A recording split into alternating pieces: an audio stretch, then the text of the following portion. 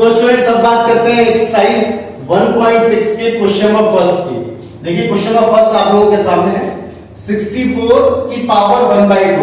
देखिए इस क्वेश्चन को सॉल्व कैसे करना है। आपको देखना है कि पावर में क्या लिखा हुआ है। पावर में लिखा हुआ है 1/2 और बेस में कितना है 2 है। तो आपको इसके इस तरीके से फैक्टर करना है कि इसकी पावर कितनी आ जाए 2 आ जाए। क्यों आ जाए देखिए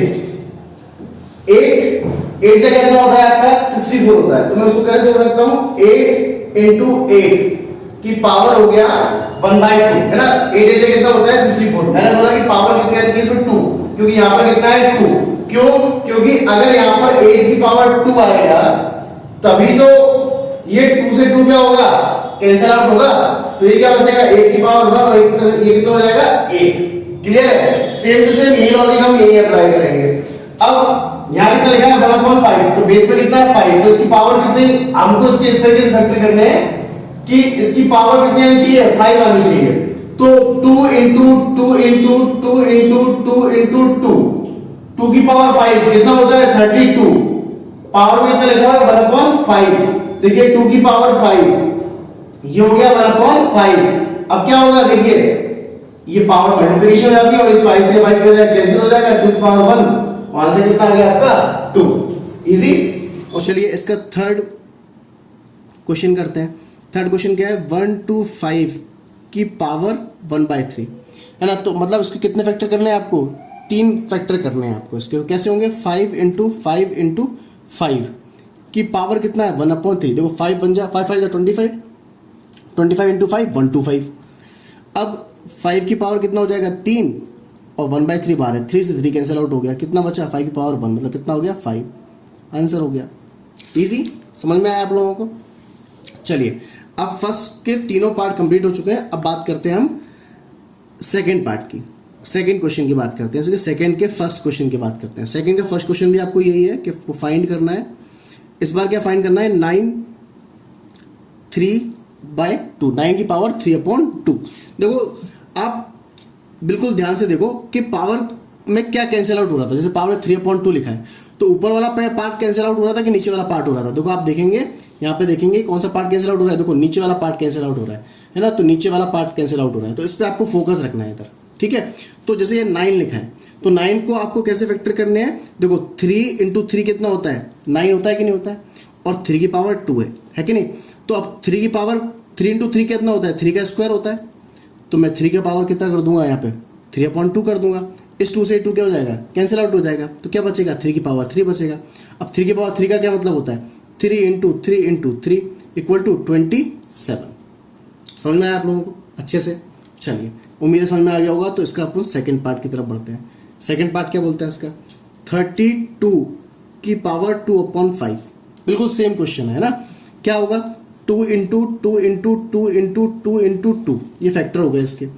अब 2/5 क्लियर। तो 2 की पावर कितना हो जाएगा 5 क्योंकि 5 बार लिखा है 2/5 5 से 5 कैंसिल आउट हो गया। तो 2 की पावर स्क्वायर तो 2 into 2 कितना हो गया ये आपका 4 हो गया। समझ में आया। चलिए इसका थर्ड पार्ट देख लेते हैं। थर्ड पार्ट है 16 3/4 है ना। तो बेटा अब इसमें क्या करेंगे देखो 4 4 या 16 भी होते हैं है ना। तो आप 4 का स्क्वायर भी लिख सकते हो पर ऐसा 4 का स्क्वायर नहीं लिखना है आपको। क्यों नहीं लिखना है क्योंकि नीचे कितना है 4 है। तो कितने फैक्टर होने चाहिए 4 फैक्टर होने चाहिए आपके पास। तो 2 into 2 into 2 into 2 जब करोगे तब 2 की पावर कितना आएगा 4 आएगा है ना। तो 3/4 तो 2 की पावर 4 3/4 4 से 4 कैंसिल हो गया। 2 की पावर 3 2 की पावर 3 कितना होता है 8। आंसर हो गया आपका। इसी तरीके से बात करते हैं क्वेश्चन नंबर 4 की 1 to 5 की पावर -1/3। तो क्या हुआ देखो 5 into 5 into 5 कितना होता है 1 to 5 -1/3। 5 की पावर 3 into -1/3 3 से 3 कैंसिल हो गया। क्या बचा 5 की पावर -1।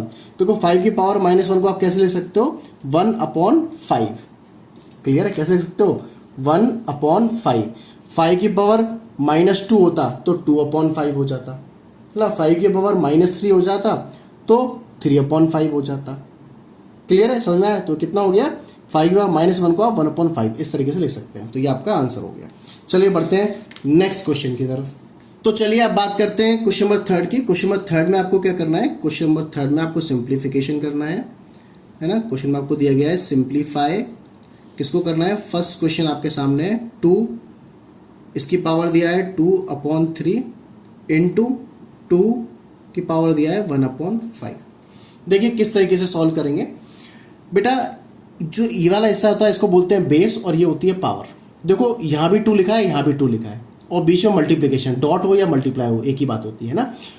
तो जब बेस सेम होते हैं, जैसे 2 2 है, तो पावर क्या हो जाती है, ऐड हो जाती है। तो उसको आप किस तरीके से लिखोगे, आप इसको लिखोगे 2, बेस सेम है तो 2 लिखोगे, पावर को ऐड कर दोगे 2/3 प्लस 1/5। क्लियर है, समझ में आया कितना इजी। अब देखिए अब इसका क्या होगा, एलसीएम होगा, 5 और 3 का एलसीएम होगा तो कितना आएगा, 15 आएगा, है ना। एलसीएम में आता है सबको, है ना। अब क्या करते हैं, नीचे का नीचे से डिवाइड करते हैं, 3 का 5 में 15 का डिवाइड में करेंगे तो 5 आएगा, 3 5 से 15 होता है, जो बचता है उसको ऊपर मल्टीप्लाई करते हैं। तो 3 5 से 15 तो 5 आया, 5 को ऊपर मल्टीप्लाई किया, 5 2 जा 10।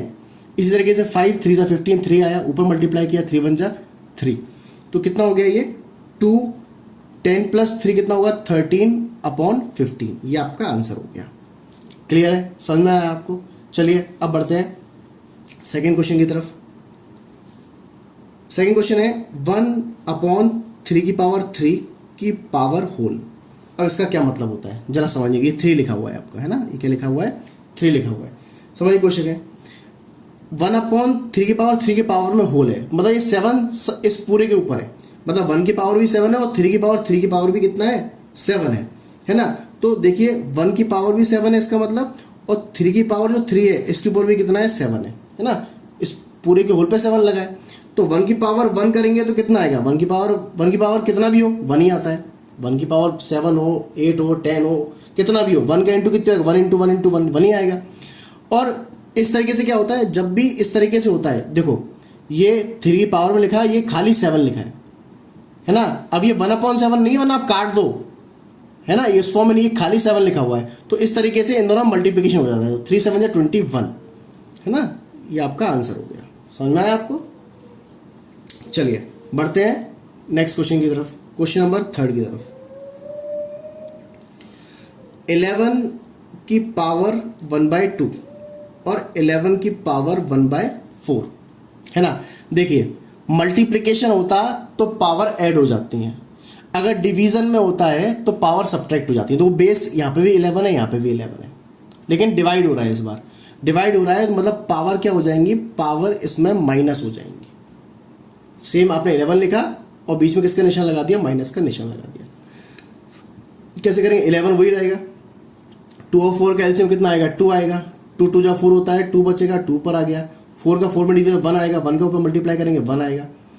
अब 11 2 में से 1 गया, 1 बचा और नीचे 4 है, तो 11 1/4, ये आपका क्या हो गया, आंसर हो गया। समझ में आया आपको। चलिए अब बढ़ते हैं इसी के क्वेश्चन नंबर 4 की तरफ और इस चैप्टर के लास्ट क्वेश्चन की तरफ। ये लिखा है 7